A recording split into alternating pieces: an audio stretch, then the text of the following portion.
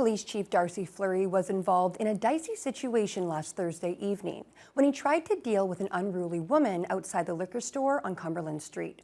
Fleury was told the woman had been kicking the doors and lashing out at security guards just before he arrived. The chief decided to have a conversation with the woman to convince her to leave the area, but he ended up having to restrain and arrest her after things took a turn for the worse. When I did tell her that she was under arrest for mischief, she became very violent and started punching at me, so I continued to walk her down as she was trying to walk away. And as she continued to walk away, I told her again she was under arrest and she continued to try to strike me. A group of people had been standing with the woman before Fleury approached her. He says they came back in a threatening manner after he subdued her.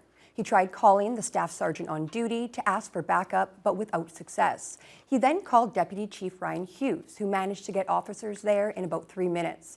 Fleury says although the force always needs more officers, he has no issue with the response time for backup in this situation. We have talked to the city about resourcing and the need for additional resources and where we're at, but in this particular incident, it's one of those cases where it's, we prioritize. I don't think it really matters what the situation is. This was a low priority. It was a very low priority until the group came back around and started posturing to me. That was, until that point, it was, I could have just sat there till they arrived. But once they start coming back to you and it starts to get more violent, then there needs to be a pickup, and the officers arrived shortly after.